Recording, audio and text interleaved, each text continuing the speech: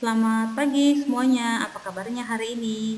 Hari ini kita akan masuk ke tema 4, subtema yang pertama pembelajaran 3 dan 4. Siapkan ya buku tulis dan alat tulis kalian. Sebelum mulai belajar, mari kita berdoa terlebih dahulu.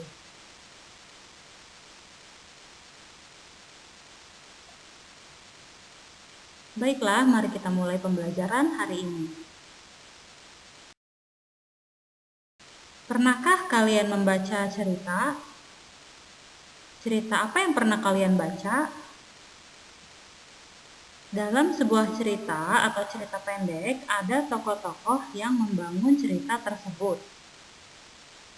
Sifat-sifat tokoh di dalam cerita bisa diketahui dari penjelasan penulisnya, dari ucapan, tingkah laku, dan pemikiran si tokoh di dalam cerita.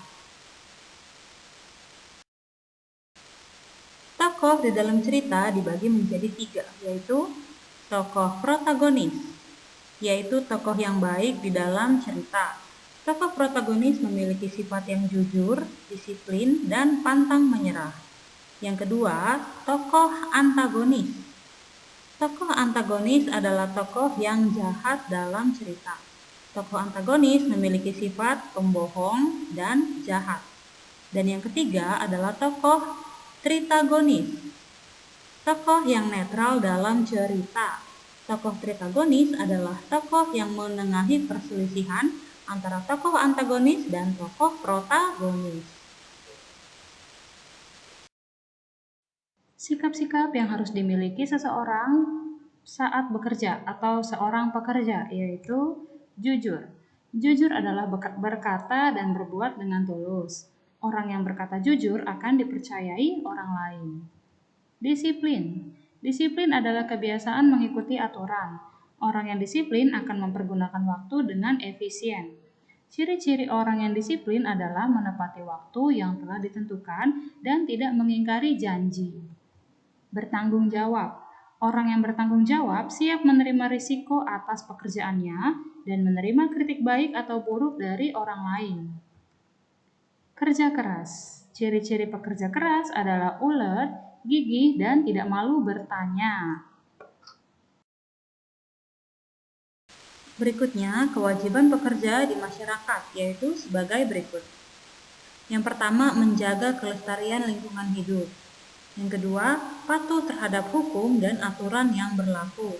Dan menjaga keselamatan diri sendiri, fasilitas perusahaan, dan orang lain.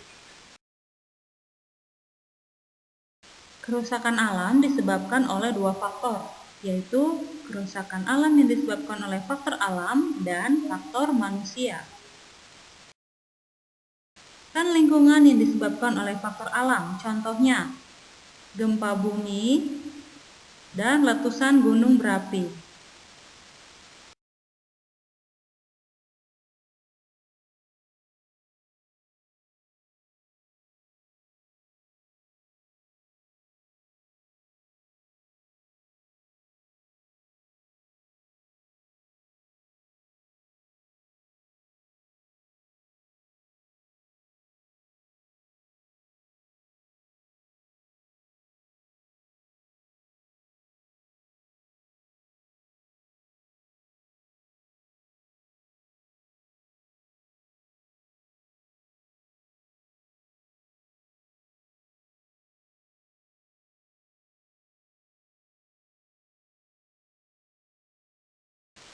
Selanjutnya, cara atau upaya menjaga keseimbangan lingkungan di lingkungan masyarakat, yaitu melakukan reboisasi, menjaga kelestarian hutan, melindungi satwa langka, dan bijak dalam bercocok tanam.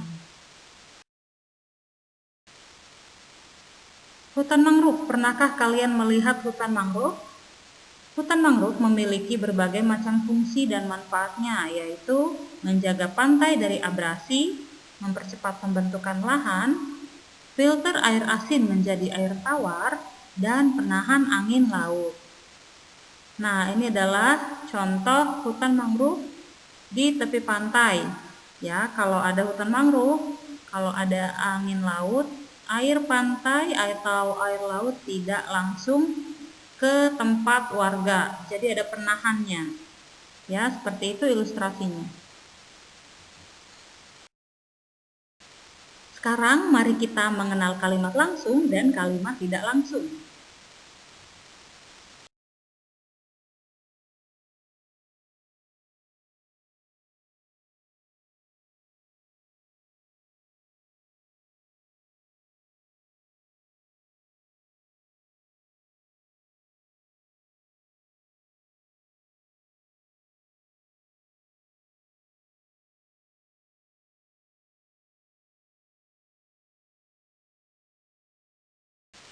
Berikut ini adalah contoh kalimat langsung. Bu Guru, besok pekerjaan rumah harus dikumpulkan semua. Lihat ya, ada tanda kutip di situ.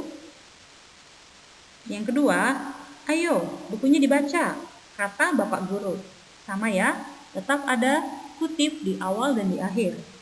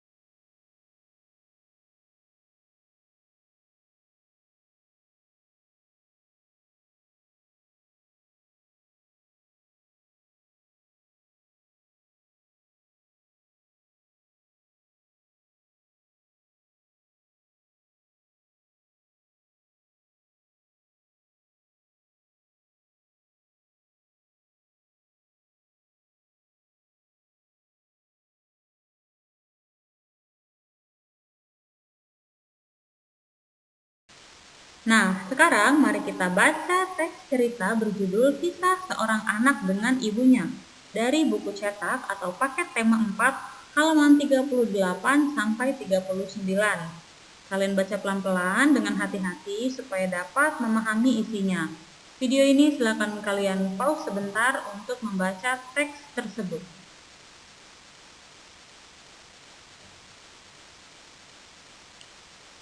Nah, setelah selesai membaca, dari teks cerita tersebut kita dapat menjawab pertanyaan yang ada di buku. Ya, sekarang mari kita coba menjawab pertanyaan di bawah ini. Pertanyaannya bisa kita lihat dari buku cetak tema 4 halaman 39 sampai 40. Ya. Siapa saja tokoh pada cerita tersebut? Ayo, siapa saja? Bisakah kalian sebutkan? Tokohnya ada Anik, Ibu, dan Rika. Ibunya ini Ibu Anik ya. Soal kedua, siapa yang telah ditinggal ayahnya dan tinggal dengan ibunya?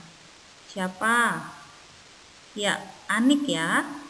Selanjutnya, apa yang dilakukan Anik ketika ibunya bekerja di ladang? Ia hanya sibuk tidur dan bangun ketika sang ibu sudah pulang dari ladang. Bagaimana sikap Anik terhadap ibunya? Bagaimana sikap dia? Ya, Anik tidak pernah membantu ibunya.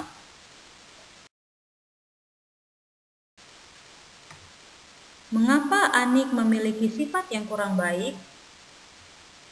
Karena pada saat ayahnya masih hidup, ia selalu dimanja. Siapa yang menasihati Anik sehingga ia bisa berubah? Ya, Rika ya. Hal-hal baik apa saja yang bisa kamu ambil dari cerita tersebut? Apa saja? Kita harus menjadi anak yang baik dan rajin yang membantu orang tua.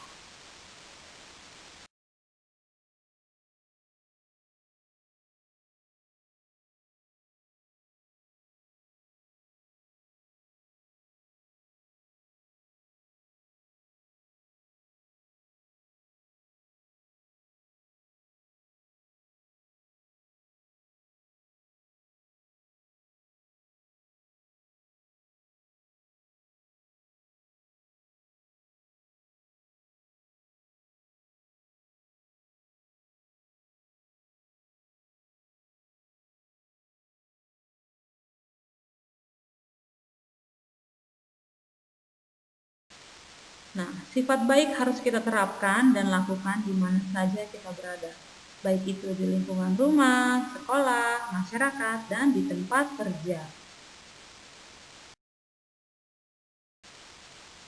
Modal utama seseorang untuk bekerja adalah kemauan, pendidikan, dan keterampilan.